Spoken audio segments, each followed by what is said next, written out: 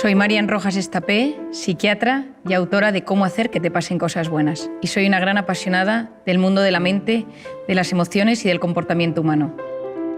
Hola Marian, mi nombre es Melania, soy periodista y es un privilegio poder compartir contigo una charla sobre neurociencia, psicología e inteligencia emocional. Muchísimas gracias, Melania. Para mí es una alegría estar aquí. Tú que eres psiquiatra, has estudiado la mente y el comportamiento humano y dices que no hay atajos ni guías rápidas que aseguren la felicidad. Me gustaría que nos hablaras un poco más sobre esto. Estamos en un momento de la historia donde parece que existe una obsesión por ser felices. Como que hay atajos fáciles para disfrutar con esto y conseguirás la felicidad rápidamente, pero la felicidad no es eso. La felicidad depende del sentido que cada uno de nosotros le damos a nuestra vida. ¿Pero qué sucede? Que en una sociedad que ha perdido el sentido, en una sociedad que en muchas ocasiones ha perdido el rumbo, hemos sustituido el sentido de la vida por sensaciones. Esas sensaciones pueden ser masajes, comida, alcohol, redes sociales. No todo tiene por qué ser malo, pero es autodestructivo cuando sustituye el verdadero sentido de la vida. Cada vez se investiga más sobre este sentido de vida. Los japoneses lo denominan Ikigai y hoy en día se sabe que cuando existe ese Ikigai, ese sentido que uno le da a las cosas, uno puede tener mejor salud física y psicológica. Incluso mejoran los marcadores cardiovasculares, pero también mejora la felicidad. Cada uno de nosotros, todos los que nos están escuchando, tú y yo, Melania, estamos librando una batalla en algún tema de nuestra vida. Todos nosotros estamos sufriendo constantemente por algo. Un tema económico, un tema de salud, un tema familiar, un tema profesional. Siempre hay algo que nos preocupa y esas batallas nos marcan. Y cómo lidiamos con esas batallas va a marcar eso que denominamos felicidad. Porque la felicidad consiste en conectar con eso bueno que pasa cada día y que lo malo que sucede cada día, esas batallas, las sepamos gestionar de la mejor manera posible. Tiene un matiz con la plenitud. La plenitud es un estado donde yo noto que mis necesidades están cubiertas y no quiero nada más. Por lo tanto, uno puede estar sufriendo mucho, pero ser feliz en ese momento, porque sabe conectar con lo pequeño y bueno que me va sucediendo cada día. Es decir, la felicidad está en conectar con las cosas pequeñas que van surgiendo en el día a día. Te he leído en varias ocasiones que muchas veces el antídoto para el sufrimiento es el amor. ¿A qué te refieres con esto? El mejor antídoto al sufrimiento y al dolor es el amor. Es sentirse querido, es sentir que no estás solo. Esa sensación de soledad no buscada, esa soledad involuntaria, es una sensación terrible para la psique, para la mente y para el corazón.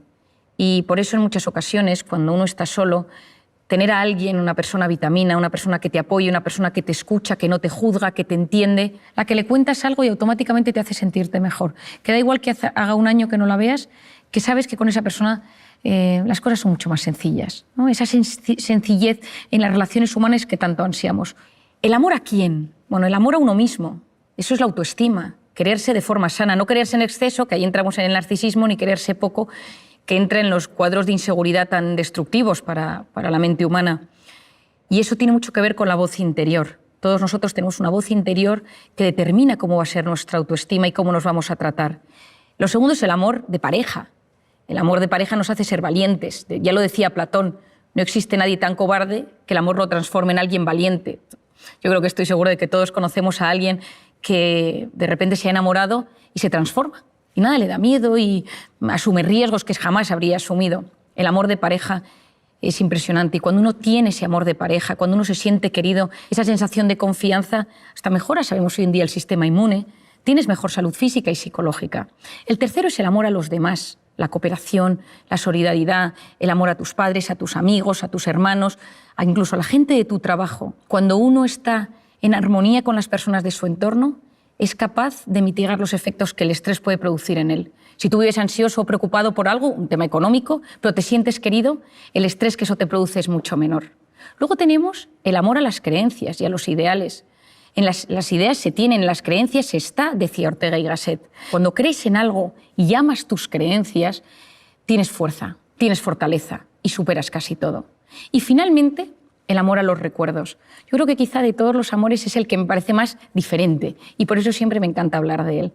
Hace unos años, Susumu Tonewaka, Premio Nobel de Medicina, descubrió que cuando una persona recuerda algo con intensidad, el recuerdo de esa imagen, que es placentera, activa los mismos mecanismos en el cerebro que cuando esto sucedía en la realidad. Esto es mágico. Cuando uno está angustiado, y esto en muchas técnicas de relajación, cuando uno trabaja con MDRs o con técnicas que ayudan a mejorar los estados de angustia, el traer a la imagen, atraer a la mente imágenes placenteras, recuerdos de personas donde había amor, donde te sentías querido, donde te sentías agradecido, de repente produce efectos bioquímicos en el propio organismo. Por lo tanto, ese amor, cuando inunda nuestra mente, nuestro organismo, nos ayuda también a ser mejores con los demás, a convertirnos en personas que no juzgamos, que empatizamos, que somos cariñosos, que buscamos intereses comunes. Yo soy muy de decir a la gente que busque intereses comunes con los demás, que pregunte a los demás cómo se siente. Y cuando le ha preguntado cómo se siente, que recuerde esos datos. Porque esto lo he aprendido de mi padre. Mi padre se acuerda de todas las cosas y él lleva en su agenda del teléfono, los teléfonos de todo el mundo, pero al lado tiene puesto, su padre tiene artritis, su mujer tiene un Alzheimer, su hijo ha tenido un fracaso escolar, y así cuando alguna vez llama a alguien, siempre busca ese punto en común. Hoy en día vamos tan acelerados con nuestras preocupaciones y nuestros pensamientos que nos cuesta prestar atención a las preocupaciones de los demás. Por lo tanto, el amor, efectivamente, Melania, yo creo que todos lo sabemos, pero el amor es uno de los mejores antídotos a los momentos malos. Marian, me gustaría que nos contaras cómo afectan las emociones y los pensamientos al organismo. Y por otro lado, ¿qué nos sucede cuando nos preocupamos por algo constantemente? Bueno, yo creo, Melania, que esto es de los temas más apasionantes y probablemente de los que más me gusta hablar. Cuando yo estudié medicina, yo vengo de una familia de psiquiatras. Mi abuelo era psiquiatra, mi padre es psiquiatra, tengo una tía psiquiatra, un primo psiquiatra y tengo mi hermana es psicóloga, es decir, vivo rodeado de personas que trabajan y estudian el mundo de la mente y del comportamiento. Pero me costaba, mientras yo estudiaba mis apuntes y mi carrera de medicina, ver que faltaba siempre el punto emocional a las enfermedades. Y yo creo que todos somos conscientes que estás nervioso y tienes taquicardias, tienes un examen y de repente pues tienes la tripa un poco más revuelta o de repente se te duerme el párpado. Es decir, hay síntomas físicos que tienen que ver con las emociones.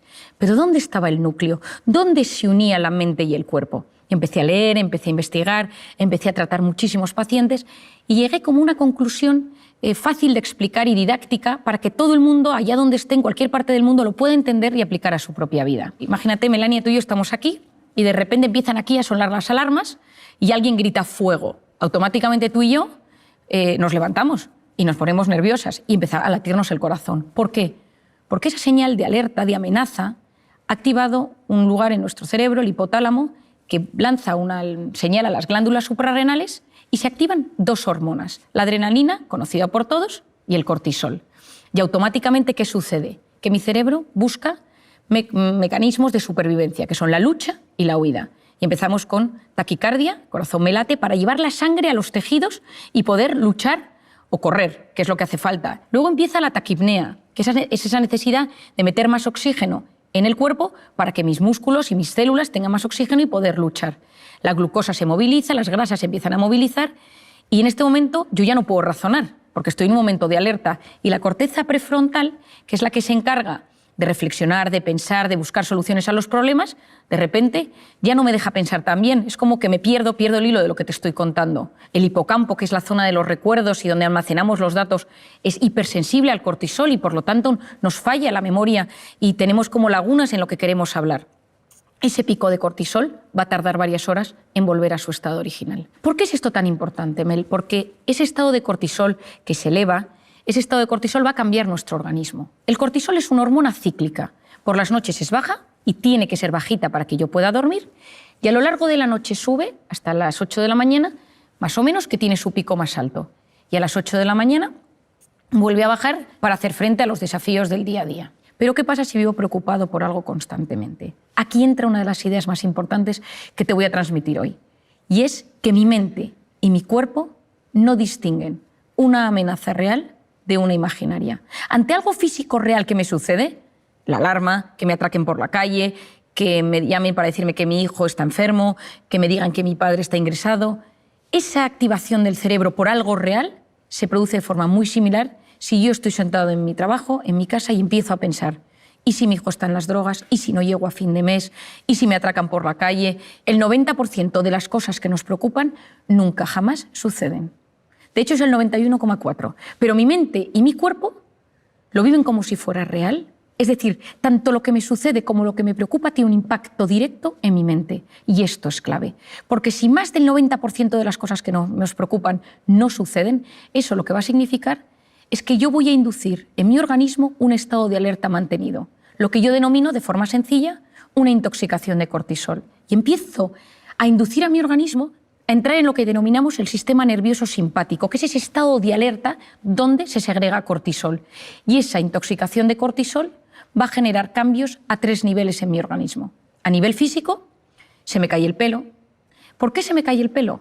Porque cuando uno está en un estado de alerta, en un estado de amenaza, es como si estuviéramos en las trincheras. Y entonces el organismo lo que busca es que los recursos del organismo se utilicen de la mejor manera posible. Entonces, si tú estás en guerra, si tú estás en una batalla, si te persiguen por la calle, pues el pelo no es un organismo primario para hacer frente a ese desafío. Y por lo tanto, de repente, empiezas a perder pelo. El cortisol inhibe la correcta recuperación del folículo piloso o de los fibroblastos en la piel y por lo tanto aparecen las temidas arrugas, las manchas, la piel cambia de color. Por otro lado, empiezas a sentir sensación de opresión en el pecho constante, falta de aire, te cuesta respirar, tienes problemas a nivel gastrointestinal, que ahora explicaré con más detalle, la musculatura la tienes tensa porque vives siempre a punto de salir corriendo o a punto de luchar. Y entonces, si de repente haces un movimiento un poco extraño, puede ser que tengas una contractura o que te quedes en el sitio o que notes que te duele todo el cuerpo, cuerpo pesado, cuerpo que te cuesta mover, te notas como más rígido. Esto a nivel físico, pero también el cortisol altera el funcionamiento de los estrógenos, de la progesterona o de la testosterona. Cuando uno conoce cómo funciona esta hormona, sabe que uno cuando vive intoxicado de cortisol, en el cuerpo suceden muchos temas. Pero hay uno clave, Melania, que te quiero explicar, y es que el estado de estrés mantenido lo que va a hacer es modificar el sistema inmunológico. Y para mí aquí está la clave. En un momento de estrés puntual, el cortisol actúa como antiinflamatorio. Pero cuando el organismo vive constantemente en un estado de estrés crónico, lo que sucede es que se disocia el sistema inmunológico, la inflamación, el cortisol y el cuerpo, y lo que sucede es que nos empezamos a inflamar. Gastritis, gastroenteritis, amigdalitis, colon irritable, dermatitis, es decir, entra una inflamación latente, ligera, leve en el organismo, que es muy peligrosa. Porque cuando entras en un estado de inflamación en el cuerpo, puede desencadenarse muchísimos problemas físicos y psicológicos. Y entro, por ejemplo, en el aparato intestinal, que yo creo que todo el mundo lo nota. Hoy en día sabemos que es el segundo cerebro.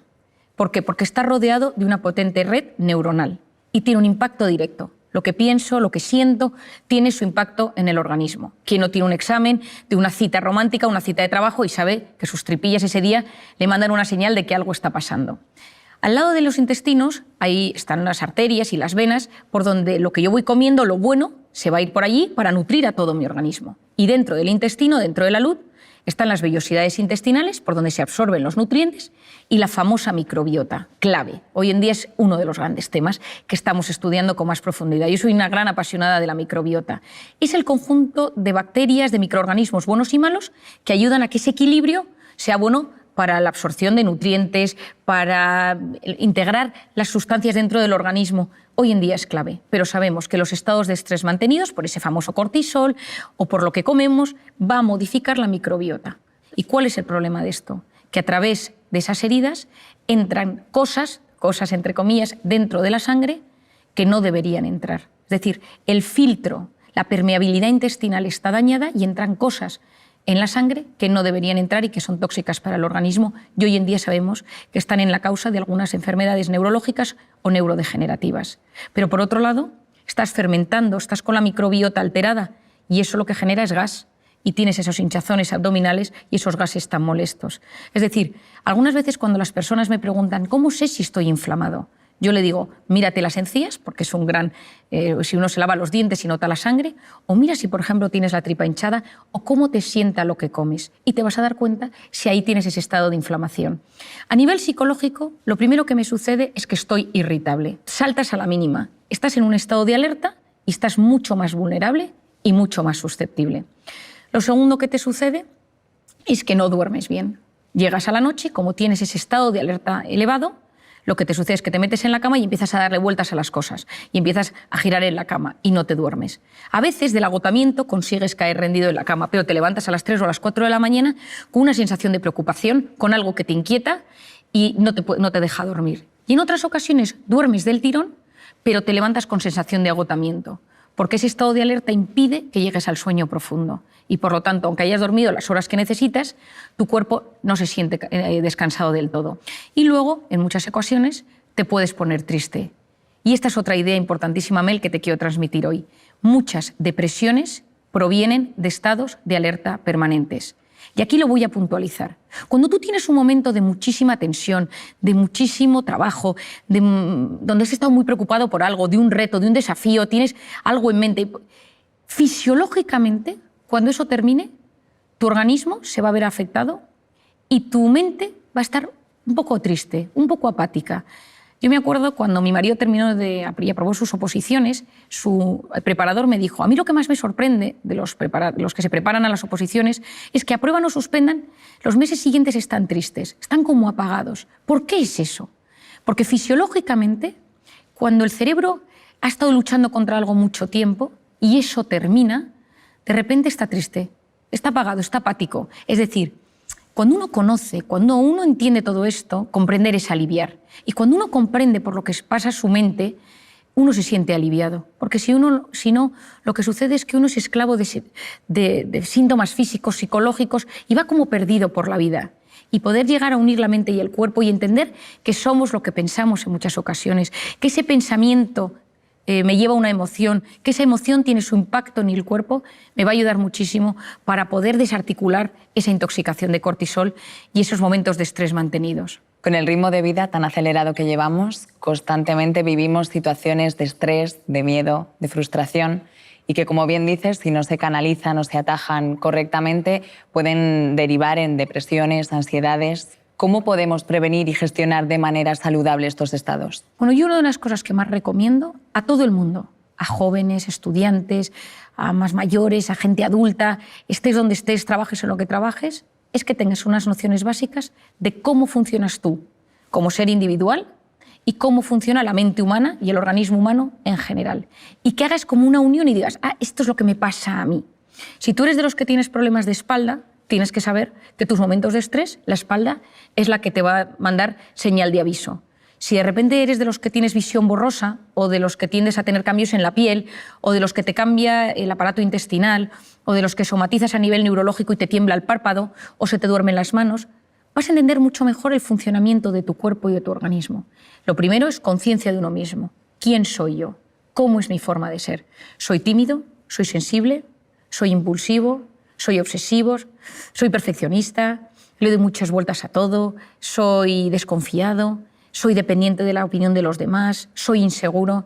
Y a nivel psicológico, quizás soy de los que tengo ansiedad o ataques de pánico o me pongo triste. Y hacer como un pequeño diagnóstico de uno mismo. Para mí esto es clave. ¿Cuáles son los factores que me estresan? ¿Cuáles son los factores que me ponen en modo alerta? ¿Cuáles son los factores que me meten en el sistema nervioso simpático, en ese cortisol del que hemos hablado? Pueden ser personas, cosas, recuerdos, momentos, circunstancias, pero cuando uno conoce cuáles son sus factores de estrés, vas a ver cómo se transforma tu personalidad ante el estrés. Por ejemplo, el sensible, cuando está bajo un factor de estrés, se convierte en una persona muy vulnerable. Ahora estoy bien, ahora estoy mal, ahora estoy bien, ahora lloro, ahora estoy angustiado, ahora vuelvo a estar bien. El tímido, cuando está bajo factores de estrés, se bloquea. El impulsivo, bajo factores de estrés, es más agresivo. El que le da vueltas a las cosas, bajo factores de estrés, es más obsesivo y entra en pensamientos en bucle. El perfeccionista, cuando está estresado, tiene una sensación de insatisfacción vital, porque nada está a la altura de lo que quiere. Cuando uno se comprende, se siente aliviado. Entonces, cuando me preguntas qué nos puede ayudar, hacer este esquema. Yo a todos mis pacientes les hago este esquema. ¿Cómo eres tú? ¿Cuáles son tus factores de estrés? ¿Y en qué se transforma esto? Cuando entiendes tu cuerpo, cuando entiendes tu personalidad, es mucho más fácil hacer frente. Lo segundo es vivir una vida lo más antiinflamatoria posible. Es decir, la gente va inflamada por la calle. Yo siempre digo que si tuviéramos un detector de inflamación, el detector se rompería, porque la gente, más que nunca, va con tanta incertidumbre, con tanto estrés, que hay un estado de inflamación latente en la sociedad. Yo creo que siempre digo, y te lo digo a ti también con cariño, aunque nos vaya a escuchar mucha gente, que hay que tener cuidado con la comida, pero tampoco sin obsesionarse. Pero comer con con conocimiento de lo que a uno le sienta bien y mal, conocer las cosas. Es verdad que hoy en día se ha demostrado que mucha alimentación inflama y altera el organismo y, por lo tanto, intentar comer lo mejor posible y tener que la comida mala sea la excepción y no la regla. Lo segundo es el hábito del sueño. Hoy en día es clave. Cuando uno duerme mal, la probabilidad de que todo se desbarajuste es altísima, porque durante el sueño reparamos nuestra mente, reparamos nuestro organismo, reparamos nuestro sistema inmunológico, nuestro hipocampo, zona de archivo de los recuerdos, se soluciona, es como que todo se va poniendo en orden. Y cuando uno no duerme, y hoy en día dormimos muy mal por la pantalla, por las preocupaciones, etc., esto nos altera. Y un par de ideas para dormir bien. Lo primero, evitar las cenas copiosas. Con el alcohol esto siempre va a hacer que durmamos peor. Lo segundo, cuidado con la pantalla. La luz de la pantalla transmite un tipo de luz que inhibe la correcta secreción de la melatonina, que es básica para dormir bien. Por lo tanto, cuidar ese sueño. El sueño va a ser un tema básico. Y luego, otra cosa que yo creo que puede ayudar en este mundo que llevamos es tener vías de escape sanas para esos momentos de estrés. El ejercicio básico, con el ejercicio desmembramos ese cortisol, casi que lo evaporamos del organismo. Cuidado con el ejercicio excesivo, que ahí te pones en modo alerta, pero yo hablo del ejercicio normal y saludable que todos conocemos. También recomiendo la educación de esa voz interior, es decir, cuidado, porque sabemos ya que esa voz interior va a tener un impacto en mi vida, entonces que mi voz interior sirva para apoyarme y no para hundirme, hacer un diagnóstico, cómo me trato yo. Lo tercero es las personas con las que me rodeo, cuidado, que a veces parte del problema es que vivo rodeado de personas que me meten en modo alerta. Cuarto, el ser humano no está diseñado para vivir en el sistema nervioso simpático constantemente. Un poquito me puede ayudar a de repente ser profundamente eficiente, profundamente efectivo, para llegar a las cosas de la mejor manera posible. Pero si lo mantengo en el tiempo, corro el gran riesgo de enfermarme. Por eso lo importante es salir de vez en cuando de ese modo alerta, de ese sistema nervioso simpático, al parasimpático, al de la meditación, el de la relajación, el de la respiración, la conexión con uno mismo, conexión con los demás, conexión con lo grande, con la trascendencia, porque cuando soy capaz de desconectar del modo alerta para conectar con el modo relajación o con el modo parasimpático, recupero mi organismo, recupero mi mente, recupero mis habilidades, incluso recupero mi sistema inmunológico para volver a hacer frente a los desafíos que me van surgiendo en el día a día. Supongo que somos muchos los que tenemos una gran curiosidad por el funcionamiento del cerebro y a mí me gustaría que nos contaras alguno de sus procesos para entrenarlo y que nos ayude a mejorar nuestra calidad de vida. En el cerebro pasan muchas cosas, ¿no? Y entonces la gente viene y cuando viene a consulta te pregunta, ¿no, María, me ha pasado esto? ¿Por qué? ¿A qué se debe? ¿No? Y cuando se lo explicas, oye, hay una sensación de alivio, ¿no? Esto tiene un sentido, no es que me estoy volviendo loco, no es que mi cabeza o soy un tipo raro. Y entonces cuando a la gente le explicas que hay cosas que son, no digo que comunes, pero sí frecuentes o que tienen una explicación neurocientífica, te sientes mucho más aliviado. La suerte que tenemos es que hoy en día la mente y el cerebro se está investigando cada vez más y hay una búsqueda de respuestas, el cerebro es el gran desconocido, pero vamos entrando, aprendiendo, gestionando y es alucinante. A mí me encanta estar lo más al día que puedo de todo lo que va sucediendo y cada vez que algo nuevo se descubre, pues te llenas en un mundo apasionante que en mi caso particular siempre pienso, y esto a ver cómo se explica a la gente, ¿no? Porque es todo a veces tan difícil de entender porque la mente... Pero bueno, yo te contaría cosas, ¿no? Pienso, por ejemplo, en el famoso secuestro de la amígdala, que muchas veces la gente me pregunta de qué se trata. El secuestro de la amígdala es una respuesta automática de la mente ante algo que sucede y tienes una reacción desproporcionada. Y es como que la amígdala en ese momento tiene una comunicación con el hipocampo, que es donde están los recuerdos. Y la amígdala es donde está la emoción, la ansiedad, la angustia, donde reaccionamos. Y ese canal de comunicación tiene que ser lo más sano posible. Entonces, si de repente hay un recuerdo que no se ha quedado bien archivado, si de repente vuelves a algo relacionado con ese recuerdo no bien archivado en tu hipocampo, la reacción en la amígdala va a ser fortísima. Entonces, mucha gente puede decir, escuchando esto, pues a mí esto me pasa con una persona, o con un animal, o con el miedo a volar, o con cosas que de repente me pongo malo, o con los hijos. A veces uno tiene reacciones de secuestro de amígdala en la educación de los hijos, porque se enfada muchísimo ante alguna actuación que ve en ellos y reacciona de forma desproporcionada. Entonces, bueno, primero, como siempre explico, es ser consciente de que a uno le pasa esto, ¿no? E intentar ver cómo cortocircuitar ese bucle explosivo que tiene en su mente. Todos nosotros nos pasan acontecimientos diariamente y unos de repente nos afectan muchísimo y otros muy poco. Tu hijo puede llegar un día a casa, haber suspendido todas las asignaturas y que ese día a ti ya te hayan subido el sueldo y te parece que lo de las asignaturas, bueno, pues mira, ya probará. Si ese día te han bajado el sueldo o has perdido el trabajo, encima que hayas suspendido las asignaturas, pues puede generar en ti una reacción muy negativa contra tu hijo. Es decir, la vida no es lo que es. Hay cosas que, lógicamente, son más o menos realistas, pero lo importante es la interpretación que hacemos de lo que nos sucede. Y todos nosotros interpretamos la vida de una y otra manera dependiendo de una serie de factores. Lo voy a dividir en 3. El primero es el sistema de creencias. Todos nosotros tenemos unas ideas prefijadas sobre cómo debe ser la vida, cómo quiero que me traten, cómo quiero que se gobierne el mundo. Es decir, a nivel ético, a nivel moral, a nivel político, a nivel personal, a nivel económico. Yo quiero vivir en este tipo de casa, yo quiero que mis jefes me traten así, yo quiero que mi pareja me trate de esta manera, yo quiero que mis hijos sean así, yo quiero... O sea, tenemos unas expectativas, unas aspiraciones personales, profesionales, tanto nuestras, de nuestro entorno, pero también de cómo debe ser gestionada la vida. O sea, hay palabras, personas, personajes políticos que, dichos, generan automáticamente una reacción. Y eso es el sistema de creencias. Hasta el más tolerante tiene un sistema de creencias limitante. ¿Por qué? Porque muchas veces queremos que nuestros hijos sean ingenieros, médicos, y de repente te viene un hijo, estoy pensando en una paciente que tengo, que le dijo que quería ser pianista, toda la familia son ingenieros, y la madre no lo entendía, dejó de hablarle porque para ella era un drama, pero su hijo tenía un don para el piano, pero ella no lo podía percibir, ella no lo veía.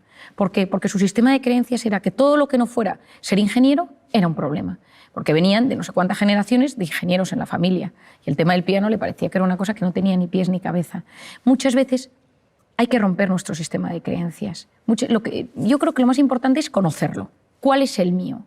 Y todos tenemos un sistema de creencias que hace que las cosas que nos cuenten o que nos sucedan las vamos a interpretar de una u otra manera según ese sistema de creencias. Y es lo más difícil de cambiar. Cuando uno piensa en algún tema de alguna manera, a veces no se puede modificar y es como darse contra un muro, porque yo puedo tener delante un paciente que noto que es un sistema de creencias limitante, acepta a tu hijo, acepta este tema en ti, acepta tu pasado, acepta que esto pase en tu trabajo. No quiero, me niego. Y muchas veces esa resistencia al cambio es lo que impide que disfrutemos de la vida. Por otro lado tenemos el estado de ánimo. Si uno está contento, la interpretación de las cosas es mucho mayor. Yo recuerdo siempre cuando ganó España el Mundial de Fútbol con el gol de Andrés Iniesta, ¿no? Que para mí, que es buen amigo, él y su mujer Ana, son buenos amigos míos, y yo lo recuerdo como uno de los momentos pletóricos a nivel... Me encanta el fútbol, me encantó, ¿no? Y entonces recuerdo que al día siguiente en el hospital todo el mundo estaba contento, la gente se saludaba, la gente por la calle, la gente iba pues, dando al claxon por la calle, había una sensación de jolgorio por las calles, ¿no? Estado de ánimo, de felicidad, de bienestar, por una alegría. Pero vayamos a lo serio. Ese estado de ánimo va a determinar nuestra interpretación de las cosas. ¿Y de qué depende ese estado de ánimo? Depende de cómo durmamos. Lo hemos explicado ya, pero depende de cómo durmamos. Depende de las circunstancias. No es lo mismo vivir en plena pandemia que vivir en un momento donde no había ningún problema de virus alrededor. Por otro lado, la personalidad. La interpretación de las cosas, si tú eres profundamente sensible, eso va a afectar a tu estado de ánimo. Si tú eres profundamente desconfiado, eso va a afectar a tu estado de ánimo y, por tanto, a tu interpretación de las cosas. Y a veces en esta vida, si lo que quieres es ser un poco más feliz, esa felicidad de la que estamos hablando, a veces lo que tienes es que ir a ver esa cosa de tu forma de ser, que es tu talón de Aquiles y que te impide disfrutar del día a día. Si eres de los que se queja, si eres de los que vas de víctima, trabajar la personalidad, porque eso automáticamente mejora tu estado de ánimo y eso automáticamente mejora tu interpretación de las cosas. Y finalmente, lo que se denomina el sistema reticular activador ascendente. Tiene un nombre terrible, pero tiene una función mágica. Es una zona que se encuentra aquí detrás, en el tallo encefálico, y es una zona muy primitiva de neuronas que tiene múltiples funciones, pero tiene una muy interesante que es el filtrador. Es como un rastreador del cerebro. Y es la zona que se encarga de filtrar de todo aquello que me sucede y de quedarme con lo que me interesa. Es decir, nuestro cerebro recibe constantemente muchísima información, a través de los sentidos, especialmente a través de la vista, pero a través de los sentidos. Pero solo se queda con lo que le interesa. Si tú estás buscando un trabajo de un tema específico y te pones a prepararte sobre ese tema, tu cerebro va a hacer todo lo posible por encontrar ese asunto. Yo he contado muchas veces una anécdota que me pasó hace unos años cuando, estudiando la carrera, me fui a las Naciones Unidas a un evento, una entrega de premios, y el rector de mi universidad me pidió que buscara a Kofi Annan, entonces el secretario general de las Naciones Unidas. Y yo me empecé a preparar todo tipo de cosas sobre Kofi Annan y por si me lo encontraba para invitarle a mi universidad a un evento que había. Y nunca había Kofi Annan, pero en un momento dado, en pleno evento, fui al baño y me encontré con una señora rubita, de tez muy pálida, y empecé a hablar con ella y le conté varias cosas, le conté cómo funcionaban las Naciones Unidas, los premiados de ese evento al que íbamos, y nada, me despedí de ella. Y el día que volví a Madrid, esta señora estaba en el avión y la fui a saludar. Dije, qué curioso, la señora del baño. Y estaba sentada al lado de un tipo al que me presentó que era Kofi Annan, que era su marido. Y entonces yo muchas veces me pregunté, ¿no? ¿Cómo es posible? Bueno, yo había estudiado a Kofi Annan y probablemente mi mente había captado fotos con su mujer y cuando la vi, la distinguí. Es decir, decía Louis Pasteur o decían, bueno, la suerte favorece a la mente preparada. Hay que prepararse, hay que estudiar, hay que saber. Porque el que se prepara, el que estudia, el que sabe, percibe mejor las oportunidades. Y lo importante en esta vida es activar nuestro sistema reticular. Si lo tienes en negativo, ves lo negativo de todo. ¿Quién es el principal inhibidor de este sistema reticular? La pantalla. ¿Por qué? Porque la pantalla te ofrece gratificaciones instantáneas, chispazos de dopamina. Es una vida fake, es una vida digital. Las cosas buenas suceden en la vida real. Esa vida digital, esos chispazos de dopamina van generando, pues sí, momentos de gratificación instantánea, pero a la larga nos producen un vacío. Tienen un mecanismo muy similar, las pantallas y el mecanismo de la dopamina, con las drogas. Por eso a día de hoy muchas adicciones a la pantalla, muchas adicciones a la pornografía, a los videojuegos, se tratan con mecanismos similares a las drogas. Y esto es un enorme problema porque vivimos en un momento de la historia, como dice el filósofo José Luis Ruiz, somos drogodependientes emocionales. Somos cada vez más adictos a experiencias vibrantes que nos llegan a través de la pantalla. ¿Y por qué es esto tan importante?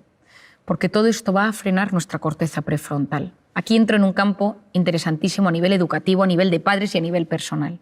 La corteza prefrontal, que ya hemos hablado de ella en varios momentos, es una zona fundamental para la atención, la concentración, la resolución de problemas y el control de impulsos. Es la zona que nos hace ser seres superiores, que nos ayuda a prestar atención a lo que queremos, a estar quietos en un sitio y escuchar, a estar en una pastelería, yo que soy muy dulcera, y no comerte los bombones mientras te los están sirviendo, sino que controlas esos impulsos, te gestionas por dentro.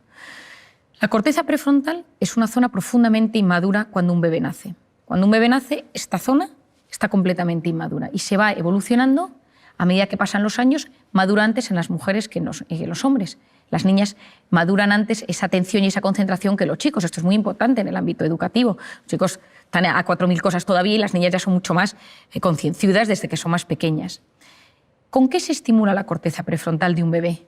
Con 3 cosas: luz, sonido y movimiento. ¿Quién no ha visto a su bebé que de repente ve pasar a su padre o ve una luz que se enciende o una musiquita y va girando la cabeza? ¿Qué es lo que queremos nosotros para ese niño? Que a medida que se vaya haciendo mayor, este niño también preste atención a objetos inmóviles, a un profesor que le habla, a un adulto que le habla, a un amigo que le está contando una historia, que esté quieto en la salita de espera del médico, que sea capaz de leer un libro quieto. Es decir, que esa corteza prefrontal vaya madurando y no solo se active la atención con la luz, con el sonido y con el movimiento, sino también pues de repente conecte con una puesta de sol, con un cuadro, con una música, etcétera, ¿no? Es decir, con cosas distintas. Pero si tú a ese niño le pones una pantalla desde que es muy pequeño, ¿qué es la pantalla? Luz, sonido y movimiento. Lo que sucede es que su atención se va a ver estimulada por una herramienta externa, que es ese dispositivo. Y el cerebro funciona con un mecanismo que se denomina use it or lose it. O lo usas o lo pierdes. Si nosotros utilizamos solamente Wikipedia para encontrar datos, lo que sucede es que nuestro hipocampo, zona de la memoria, cada vez va a funcionar peor. Si uno usa Google Maps o Waze para orientarse siempre, pues cada vez nos orientaremos peor. Cuanta menos actuación tenga nuestro cerebro per se, peor va a funcionar en esa herramienta estrictamente particular. Si nosotros conseguimos trabajar las cosas, prestar atención, fomentar nuestra orientación, fomentar nuestra memoria, vamos mejorando la neuroplasticidad cerebral. Es decir, estamos en un momento donde la neuroplasticidad cerebral, que es la capacidad de generar nuevas neuronas. Yo cuando estudié medicina, las neuronas que teníamos eran las que teníamos y no había forma de generar más. Hoy en día sabemos que la ilusión, tener ilusión en la vida, consigue que se produzca una migración de neuronas hasta el hipocampo, que es la zona del aprendizaje.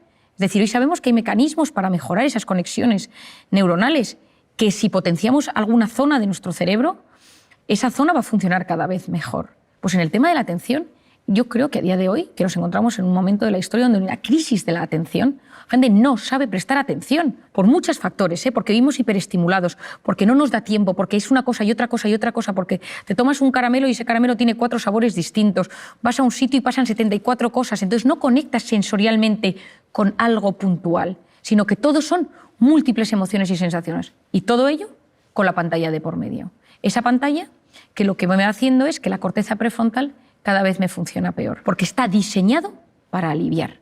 Pero lo que le estás enseñando a tu cerebro es no saber gestionar el aburrimiento, que es la cuna del asombro y de la creatividad, y no sabes gestionar el estrés, que es lo que va a determinar tu calidad de vida. Una persona con voluntad llega más lejos que una persona inteligente, y la voluntad se encuentra en la corteza prefrontal.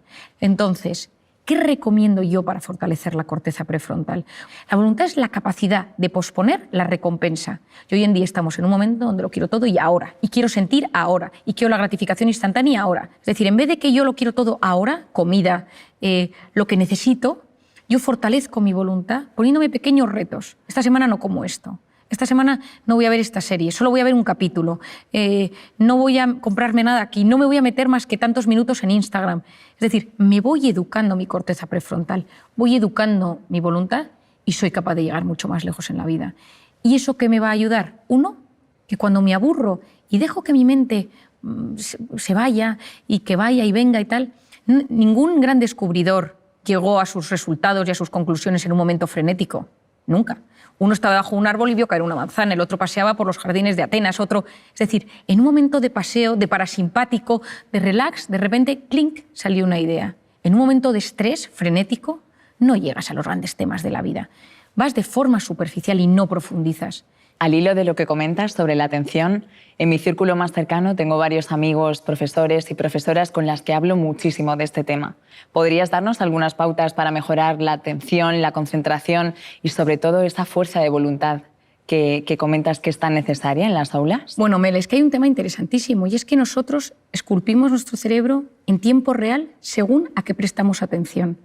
Por eso, hoy en día, según a lo que prestemos atención y la capacidad que tengamos de concentración, de atención y esa fuerza de voluntad, va a determinar en gran parte nuestra calidad de vida, nuestra calidad intelectual, nuestra calidad cognitiva, las notas de clase, pero no solo las notas, sino la capacidad que tenemos de disfrute, de conectar con las personas, con el conocimiento, con la naturaleza, con todo. Por lo tanto, fomentar esto es muy importante. Yo creo que una de las cosas que nos puede ayudar para fortalecer esta concentración, esta capacidad de prestar atención, esta fuerza de voluntad, la primera es aprender a enfocarnos en cosas positivas. Es decir, tomar la decisión, y esto puede ser un ejercicio de clase, un ejercicio personal, decir hoy me voy a fijar en 3 cosas buenas que me sucedan.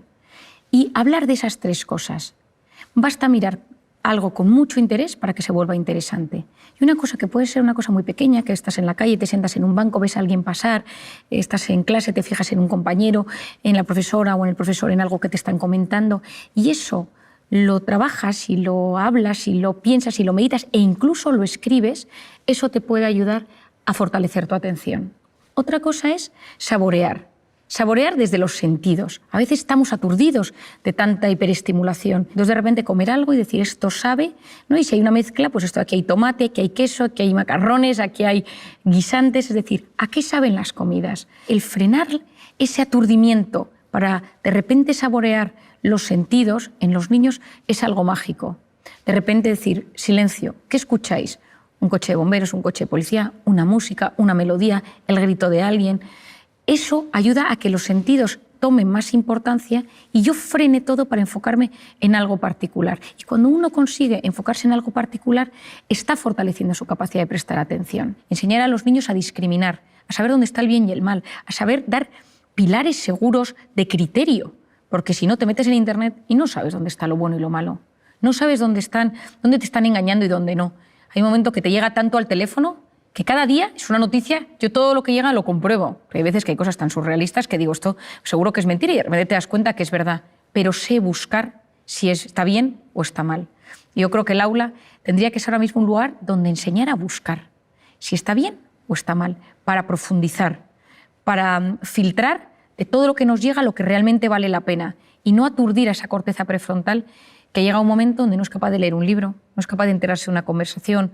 Había un hábito que se hacía en mi casa y es que todos los domingos leíamos todos antes de comer, sentados en el salón de casa con música clásica. Y mi padre, cada uno según la edad que tenía, todos leíamos. Y era algo que fortalecía nuestra lectura. A mí me parece importantísimo volver a la lectura. La lectura es a la mente lo que el ejercicio físico es al cuerpo. Hay que leer y yo recomiendo leer en papel, porque no leemos igual en papel que leemos en pantalla. En papel leemos con más profundidad y ya lo sabemos hoy en día.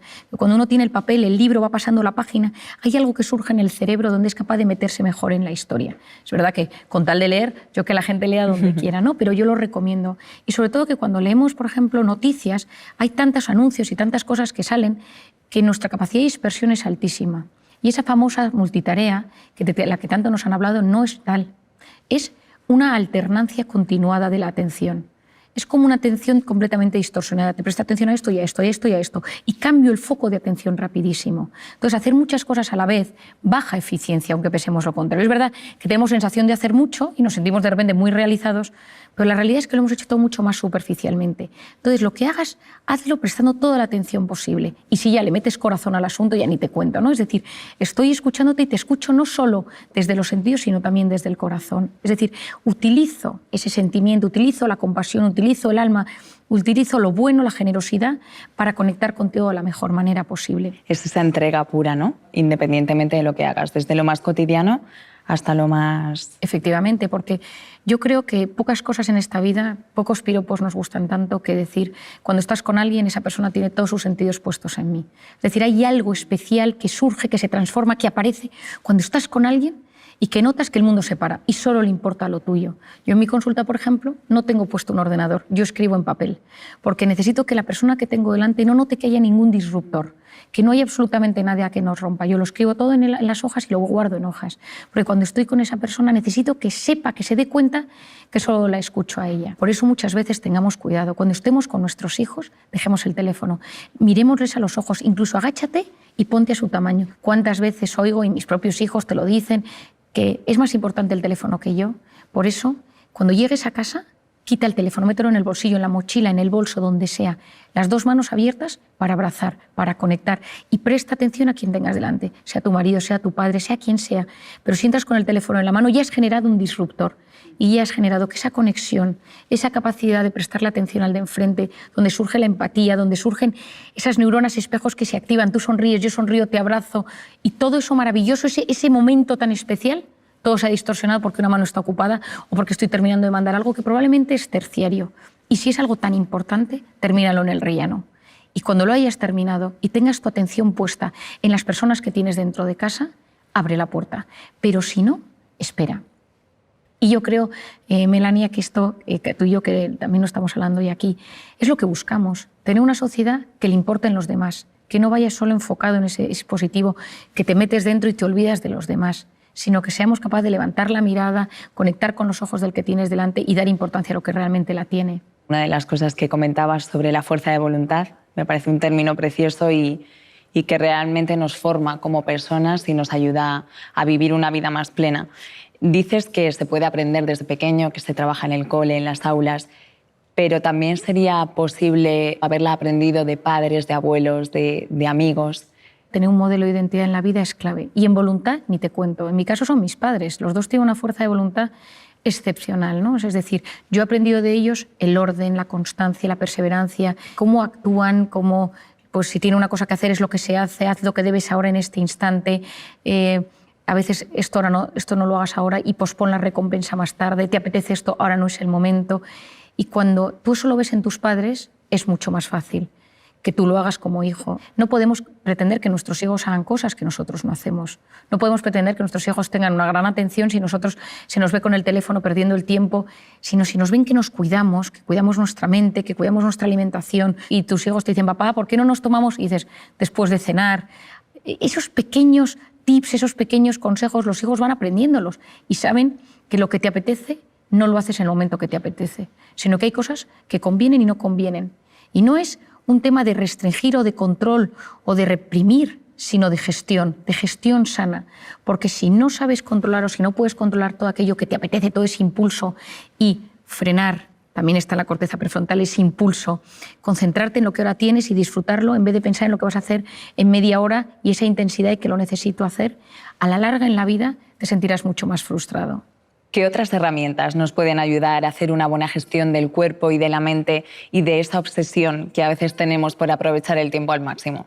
Bueno, yo creo que hay una obsesión, efectivamente, como tú bien dices, de aprovechar el tiempo. El famoso FOMO, que ahora se habla tanto, que es lo que se denomina el fear of missing out, el miedo a perderme algo, ¿no? Entonces, constantemente me meto, veo si ha pasado algo a nivel mundial, personal, familiar, me meto en los chats, me meto en los portales de noticias, con un miedo constante, ¿no? Y hoy en día, ese mundo digital, nos hemos visto inmersos en un estado de alerta constante, ¿no? Yo recomiendo muchísimo quitarse las notificaciones de la pantalla. Soy yo quien domino el dispositivo, soy yo quien domino las alertas, no las alertas a mí. Porque siempre va a pasar algo, siempre hay algo.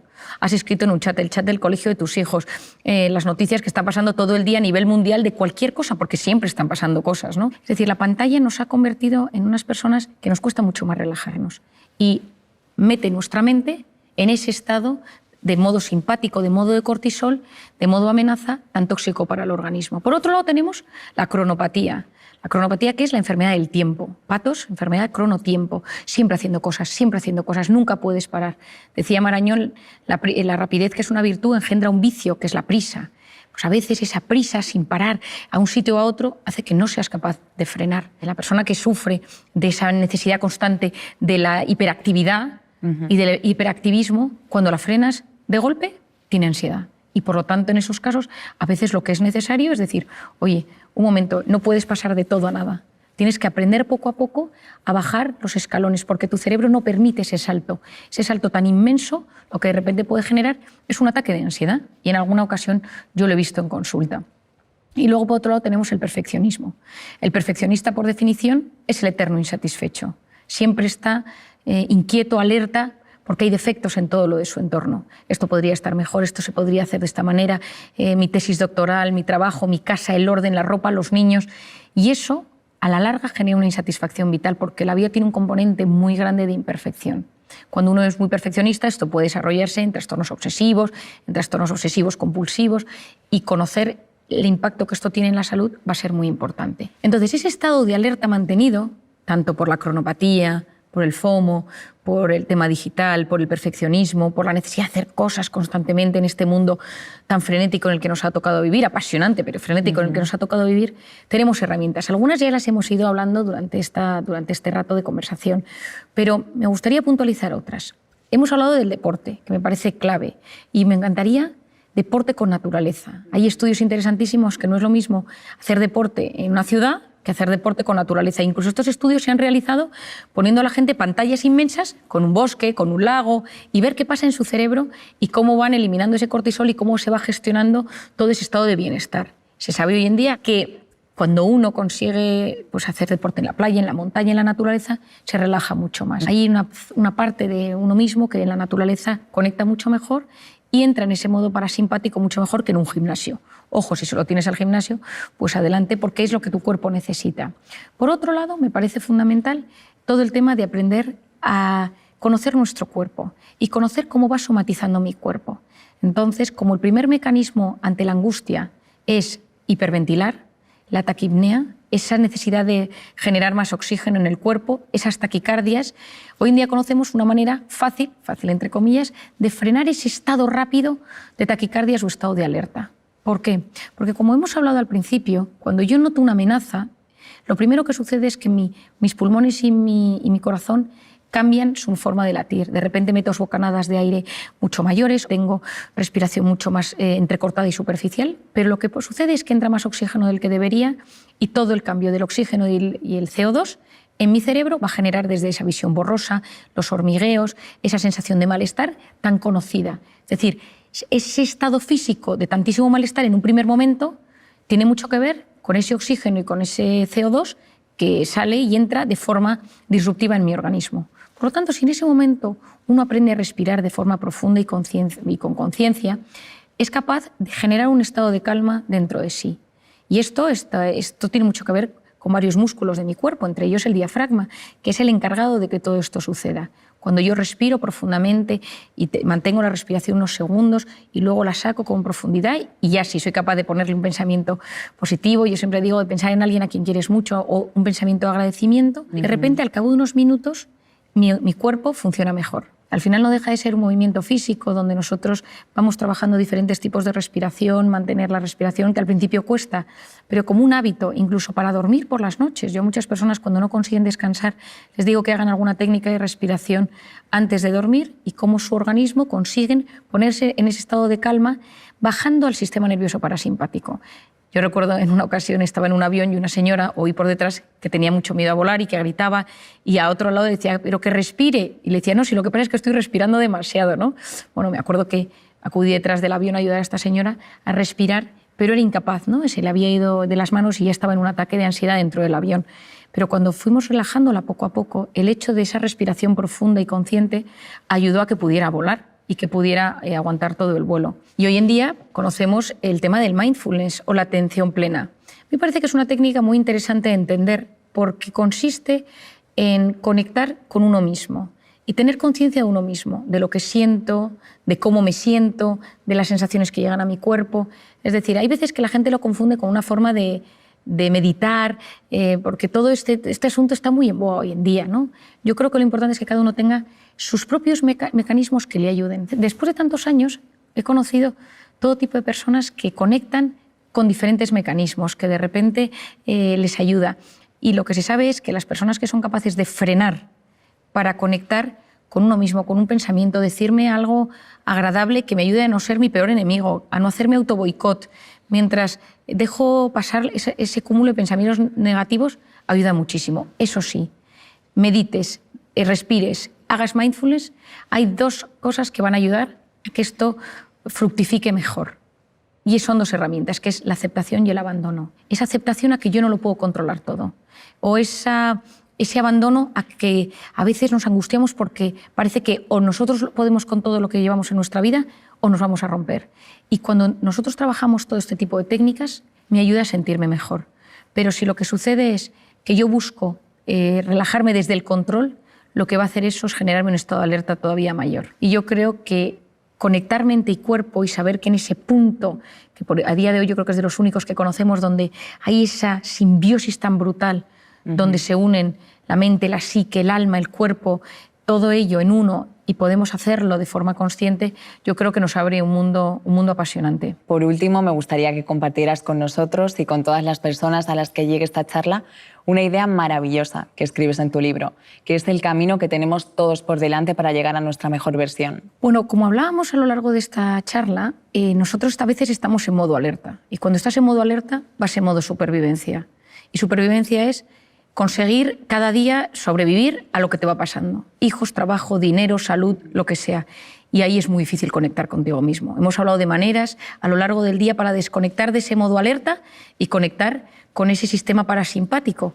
Pero esto es completamente necesario. Pero también en la vida a veces precisamos conseguir un momento de pausa. Un fin de semana, una semana, 15 días, donde de repente nos, entre comillas, retiremos del mundanal ruido para poder decir, ¿yo qué quiero conseguir en esta vida? ¿Cuál es mi sentido? ¿Cuál es mi ikigai?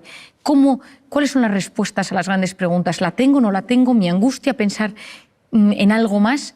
Y ahí tengo que verme a mí en perspectiva, en 3D, en 4D, en 5D, y ver hacia dónde me dirijo y buscar sacar lo mejor que llevo dentro. Ese tu mejor versión del que yo tanto hablo. Y hago una ecuación matemática, que me parece que pocas cosas se puede usar menos matemáticas que en psicología y en psiquiatría, pero me gusta esta ecuación matemática porque puede ayudar a comprendernos.